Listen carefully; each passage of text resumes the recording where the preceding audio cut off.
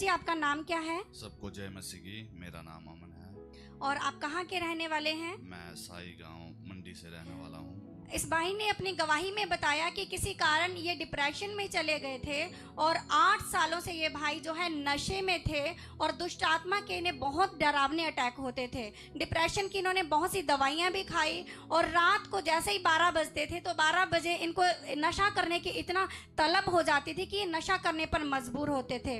और लूसीफर जो था डायरेक्ट इनसे बातें करता था और जब लूसीफर इनसे बातें करता था तो ये फील करते थे कि कोई इन्हें टच कर रहा है, कोई इनसे बात कर रहा है, कोई इनकी संगति में है, कोई इनके साथ बैठा है और ये उसे फील कर पाते थे और वो इनसे डायरेक्ट कहता था कि तू अब नशा कर। तो और ब्रदर, जब आपको ये नशा करने का मन करता था या जब आप 8 सालों से इस दुष्ट आत्मा के अटैक में थे तो और क्या क्या होता था? बस मुझे ऐसा लगता है कि कोई मेरे साथ है और मेरे को हर बार प्रेरित कर रहा है कि तुझे जो जो मैंने सिखाया हुआ वो उस राह पे चल। तू मेरा मेरा एक एजेंट बना दिया था मेरे को। मेरे साथ जो मैं करता हूँ हर नशा वगैरह साथ में किया कर और मैं तेरे को लास्ट अंत के समय में तेरा साथ दूंगा। ऐसे ऐसे अपने रिचुअल्स वगैरह सिखाए थे मेरे को उन्होंने, जो भी जो चीज़ थी। कौन कौन से नशे आप करते थे ब्रदर? मैं जब डिप्रेशन में गया उसके बाद मैं बीड़ी, सिगरेट, भांग, शराब, यहाँ तक कि जो फेविकोल होता है उसका भी नशा करने लग गया था। और इन्होंने अपनी गवाही में बताया कि इनकी संगति जो थी वो गलत थी, बहुत ही ज़्यादा गलत लोगों के साथ इनकी संगति थी। ये बिल्कुल अकेला रहना पसंद करते थे। इन्हें परिवार में किसी से बात करना पसंद नहीं था, किसी के साथ हंस के ये बात नहीं करते थे और हमेशा गुस्से में रहते थे। और जब इन्हें गुस्सा आता था तो ये अपने गुस्से पर कंट्रोल नहीं कर पाते थे और इनका मन करता था कि मैं किसी को मार दूं। और परिवार में इनके बिल्कुल भी शांति नहीं रही। सभी लोग, इनके रिश्तेदार, इनके आसपास के सभी लोग इन्हें पागल कहते थे क्योंकि इन्हें खुद होश नहीं रहता था कि नशा करने के बाद ये क्या कर रहे हैं, क्या बोल रहे हैं। इन्हें बिल्कुल भी होश नहीं रहता था, जिसकी वजह से इनकी फैमिली को भी बहुत ही शर्मिंदगी का सामना करना पड़ा। तो ब्रदर जी, आप नशा, इतना ज़्यादा नशा करते थे और 8 सालों तक आप कहते हैं आपने नशा किया। 18 साल की उम्र से आपने नशा करना शुरू कर दिया। तो आप ये नशे के लिए पैसे कहाँ से लाते थे?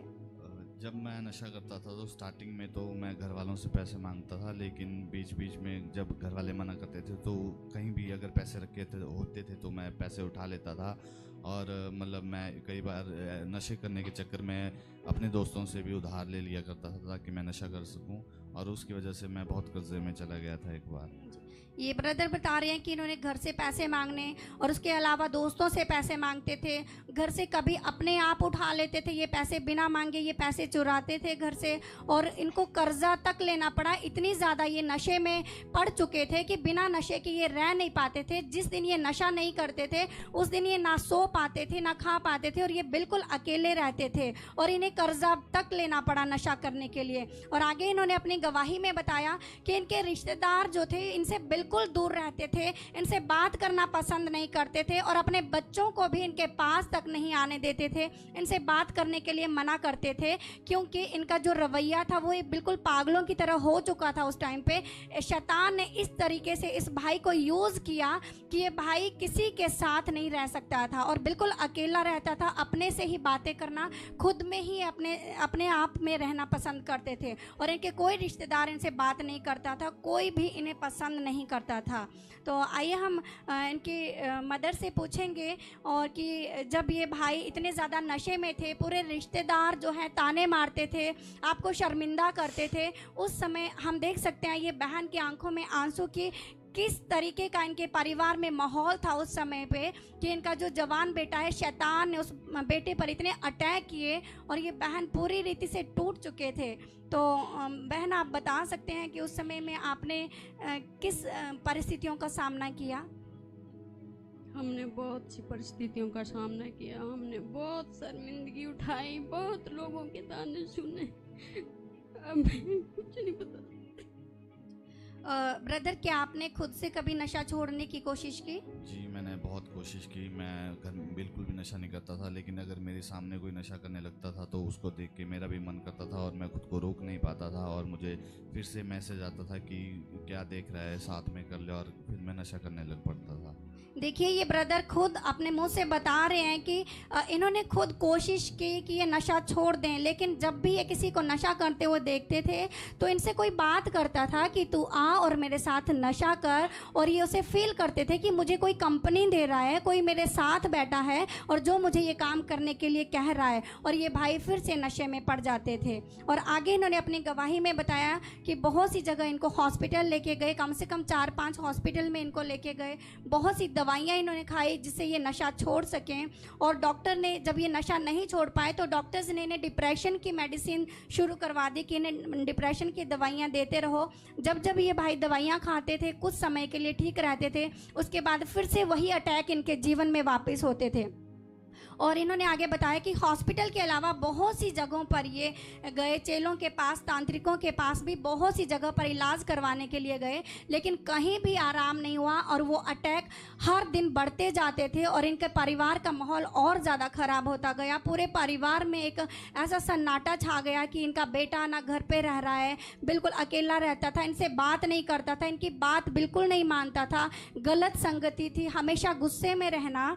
लेकिन आगे हम पूछते हैं, ब्रदर आपके इस ट्रीटमेंट पर कितना खर्चा हुआ कम से कम? इस ट्रीटमेंट पे 10 से 12 लाख खर्च हो गए मेरे ऊपर। देखिए इनके इस जितना भी इलाज करवाया 10 से 12 लाख रुपए खर्चा आया, जिसकी वजह से ये कर्जे में भी आ गए और इनके घर पर भी बहुत सी फाइनेंशियल इन्हें प्रॉब्लम का सामना करना पड़ा पूरे परिवार को। और जब ये परिवार पूरी रीति से निराश हो चुका था, हर जगह से दुखी हो चुका था, इन्होंने पूरी उम्मीद खो दी थी कि अब ये बेटा बिल्कुल ठीक नहीं होगा। तो किसी बहन के द्वारा ग्लोरी चर्च मुखा के बारे में पता चला कि बहन आप वहाँ जाएं और परमेश्वर के दास जब आपके बेटे के लिए प्रार्थना करेंगे तो ये पूरी रीति से आज़ाद हो जाएंगे। तो 2023 अक्टूबर मंथ में ये बहन चर्च में आए और विश्वास के द्वारा आए कि यहाँ पर जब मैं आई हूँ तो मेरा बेटा बिल्कुल ठीक हो जाएगा। तो आइए हम बहन से पूछेंगे कि बहन जब आपके बेटे को इस जगह से, आपके पूरे रिश्तेदारी से ताने मिले, तो उस समय में आपने अपनी गवाही में बताया कि आप बहुत डिप्रेशन में चले गए और आपने 1-2 बार कुछ कदम भी उठाए। हाँ जी, मैंने सोचा या मैं खुद मर जाऊं या ये मर जाए, बस मैं यही सोचती थी कि मैं अपने आप को ख़त्म कर दूंगी या ये ख़त्म हो जाए। बस हमसे लोगों के ताने भी बेइज्जती हमसे सहन नहीं होती। इस बहन के आंसुओं से आप देखते हैं कि कितने ज़्यादा ये परिवार दुखी हो चुका था कि इनका जवान बेटा जो है नशे में था, शैतान के अटैक होते थे, इनकी बिल्कुल बात नहीं मानते थे ये ब्रदर। लेकिन इस बहन ने विश्वास किया और जब ये चर्च आए इन्होंने सोचा कि अब मेरा बेटा पूरी रीति से चंगा हो जाएगा। और जब ब्रदर को पहली बार चर्च में लाया गया तो प्रभु के दास के द्वारा इनके लिए प्रार्थना की गई और काफ़ी देर तक प्रभु के दास से इन्होंने बातें की। और प्रभु के दास से जब इन्होंने बातें की तो डायरेक्ट लूसीफर इनसे बातें कर रहा था। इन्होंने अपनी गवाही में बताया कि इन्होंने अपनी लाइफ में कभी बाइबल नहीं पढ़ी थी, कभी प्रभु के वचन को नहीं पढ़ा था, लेकिन जब ये प्रभु के दास के सामने बात कर रहे तो वो वचन से ही बात कर रहा था इनसे होकर, और वो वचन से ही प्रभु के दास के द्वारा सामने बात कर रहा, जिससे हम जान सकते हैं कि लूसीफर किस हद तक आज लोगों के जीवन में काम कर रहा है। लूसीफर ने, शैतान ने पूरी रीति से इस भाई के जीवन को नर्क बना दिया था और डायरेक्ट इनसे बात करता था। और जिस दिन ये चर्च में आए तो उस रात ये चर्च में ही रुके और रात को ये भाई बता रहे हैं कि 12 बजे इन्हें नशा करने का फिर से मन किया। और जब इनका बहुत ज़्यादा मन किया नशा करने का रात को 12 बजे, तो इनकी पॉकेट में उस दिन भी नशा था और वो नशा करने के लिए वॉशरूम की तरफ चले गए। और उसी रात प्रभु के दास ने इनके लिए ले हैंड प्रार्थना की और इन्होंने आप बताया कि उसी दिन प्रभु के दास ने जब इनके लिए प्रार्थना की तो प्रभु ने इन्हें छुटकारा दिया। 8 साल के नशे से ये भाई आज़ाद हुए, पूरी रीति से परमेश्वर ने इनके जीवन को बदला और ये भाई आज पूरी रीति से आज़ाद हो चुके हैं। तो हम देखते हैं कि परमेश्वर ने कैसे इस भाई के जीवन को बदला। तो कितने टाइम से ये भाई नशा कर रहे थे, ये बता रहे हैं कि 8 सालों से नशे में थे और आज 1 साल हो गया कि 1 साल से ये भाई नशे में नहीं है। सच में भाई आप 1 साल से बिल्कुल नशा नहीं कर रहे हैं? मुझे पूरा 1 साल हो गया है, मैं नशे से पूरी तरह से आज़ाद हूँ और अब मुझे कोई भी किसी भी प्रकार की कोई दवाई खाने की जरूरत नहीं पड़ी। हालेलुया। आइए हम एक वीडियो क्लिप के द्वारा देखेंगे कि परमेश्वर ने कैसे इस भाई के जीवन को बदला। पहले के जीवन के हम देखेंगे कुछ पल जो शैतान ने इनके जीवन में काम किया था।